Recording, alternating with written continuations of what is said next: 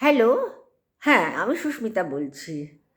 এই যে আমি বুলডোজার দিয়ে যে কনস্ট্রাকশনগুলো ভেঙে ফেলছে, বড় বড় বিল্ডিং যেগুলো, মাল্টি স্টোরিড বিল্ডিং যেগুলো বা প্রমোটিং করছে যেগুলো, যারা আপনারা যাদেরকে গ্রেপ্তার করছেন অর্থাৎ তারা প্রমোটার বা বিল্ডার, হ্যাঁ? তাদেরকে আপনারা গ্রেপ্তার করছেন। আপনারা খুব শর্ট টাইমে আপনারা বলছেন যে এটা বেআইনিভাবে এই বিল্ডিংটা তৈরি করেছে। এবার আমি বলছি, বিল্ডিংটা যখন ভাঙা পড়ছে আমি দেখেছি, টিভিতে দেখাচ্ছে অনেক বিল্ডিং ভাঙা যে পড়ছে টড়ছে। ও বড় বড় বিল্ডিংগুলো মানে একদম আনকোরা বিল্ডিংগুলো প্রায় 80% 85% কমপ্লিট হয়ে গেছে। হ্যাঁ, সেক্ষেত্রে আমার কয়েকটা কথা বলার আছে। সেটা জানি না, আমার মনে হয় বিজেপি সরকার যদি দেখে এটা অনেকটা কাজ দেবে আমার মনে হয়। আমি জানি না সেটা দেশে এরকম ধ্বংস করা ঠিক না। আমি যদি গড়তে পারি গড়ব, ধ্বংস করব না। আমি যদি মিলন ঘটাতে পারি ঘটাবো, ভাঙবো না। এই শিক্ষাটা যদি আপনাদের মধ্যে থাকে আমার মনে হয় আপনাদের কোনো অসুবিধা হবে না বা ক্ষতি হবে না বা ভালো বইতো খারাপ হবে না। যাই হোক, এই যে কনস্ট্রাকশনগুলো মানে সব বুলডোজার দিয়ে ভেঙে চুরে তছনছ করছে, আমার বুকের ভেতর তো ধারাত ধারাত করছে একদম। মানে এত কষ্ট হচ্ছে। আমি এই ক্ষেত্রে আমি একটা কথা বলছি, আপনারা কতটুকু জানেন যে এটা বেআইনি? কারণ আমি এর আগে পড়েছি, এর অনেক আগে জেনেছি যাদেরকে হোল্ডিং সেন্টারে অনুপ্রবেশকারী বলে, সরি, যাদেরকে বাংলাদেশে অনুপ্রবেশকারী বলে তাড়িয়ে দিয়েছে, বাংলাদেশে ঢুকিয়ে দিয়েছে, তারপরে তারা মানে সুপ্রিম কোর্টে তাদের বিরোধী মানে তাদের মানে ফিরিয়ে আনার জন্য এখানে কিছু দল তারা এফআইআর করেছে সুপ্রিম কোর্টে। সুপ্রিম কোর্টের মানে বৈধ যারা, বৈধ মানে ভোটার বলবো না, বৈধ নাগরিক যারা, তাদেরকে বাংলাদেশে পাঠিয়ে দিয়েছে সন্দেহের বশে। কে না কেন্দ্র।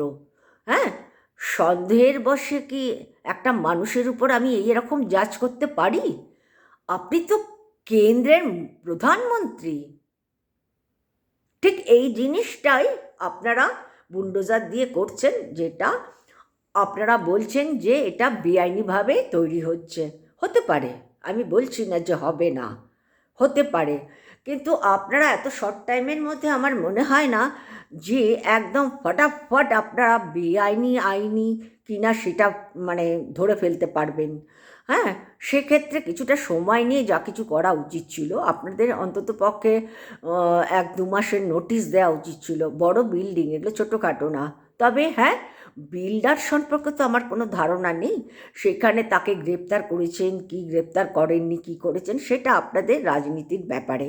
কিন্তু বিল্ডিংটা যখন আপনারা বুলডোজার দিয়ে ভাঙছেন তখন আমার এই কারণে খারাপ লাগছে, হোয়াইট মানি দিয়ে আমাদের মতো নিম্ন মধ্যবিত্ত করে প্রচুর লোক 50% টাকা হয়তো জমা দিয়েছে বা 80% জমা দিয়েছে একটা ফ্ল্যাট পাবে বলে। সেক্ষেত্রে আপনারা বুলডোজার দিয়ে ভেঙে দিচ্ছেন। আপনাকে তার ক্ষতিপূরণ দেবেন? যদি দেন ঠিক আছে, আমি কোনো আর প্রশ্নই থাকবে না তার উপরে।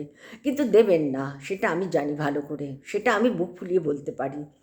সেক্ষেত্রে আপনাদেরকে আমি একটা কথা বলছি, আমি যেখানে থাকি, হুম, আমার আমার যে ফ্ল্যাটটা ছিল সদ্য আমি তখন ওই ফ্ল্যাটে গিয়েছি। সেই ফ্ল্যাটটা মেন রোডের উপরে আমার ফ্ল্যাটটা, এবং আমার ফ্ল্যাটটাই মেন রোডের উপর। আমি তখন কর্মজীবনের মধ্যে ব্যস্ত ছিলাম, বয়স প্রচুর কম ছিল, দীর্ঘ বছর আগের কথা বলছি।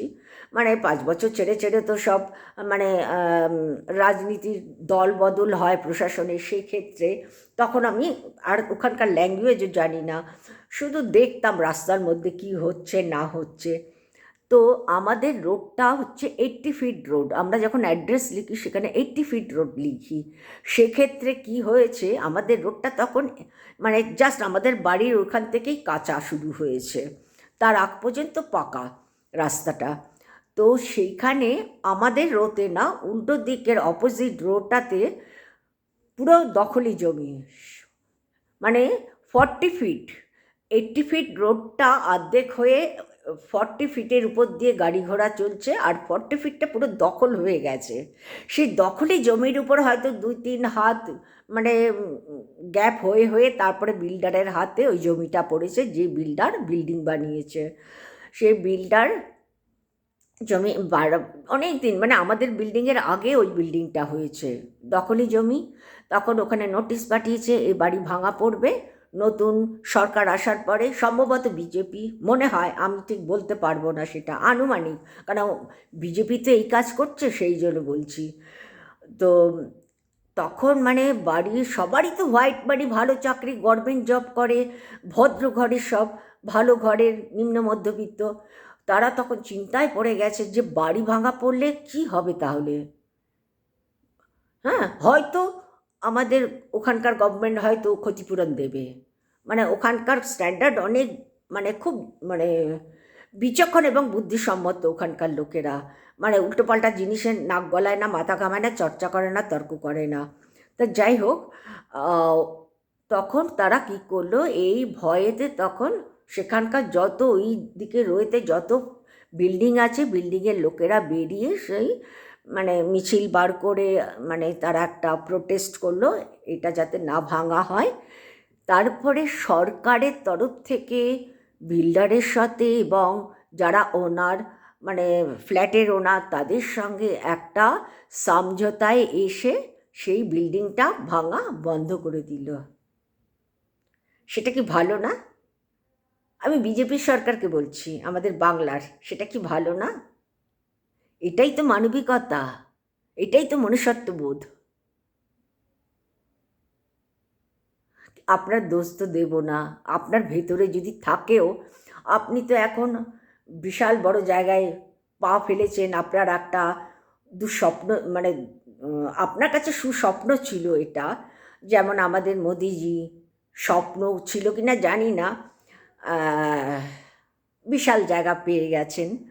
এখন কথাটা হলো, উনি এখন দিল্লি থেকেই তো আপনাদের চালিত করছে, আপনারা তো একা নিজেদের সিদ্ধান্তে তো সব কিছু করছেন না, তাদের দ্বারাই, কিন্তু আপনারা তো কিছুটা এটাকে অ্যাডজাস্ট করতে পারতেন, এটা মানানোর চেষ্টা করতে পারতেন তো। এত মানে উগ্র অমানবিকতার পরিচয় কেন দিচ্ছেন বাংলায় থেকে, বাংলার ভাত খেয়ে, বাংলার মাটিতে পা ফেলে, বাংলায় জন্মিয়ে? এটা একবারও চিন্তা করলেন না? শুধু একটা ক্ষমতা। ঠিক আছে, যা ভালো বুঝেছেন তাই করেছেন আপনারা। আপনারা সবাই ভালো থাকুন, সবার মঙ্গল প্রার্থনা করি। ওকে।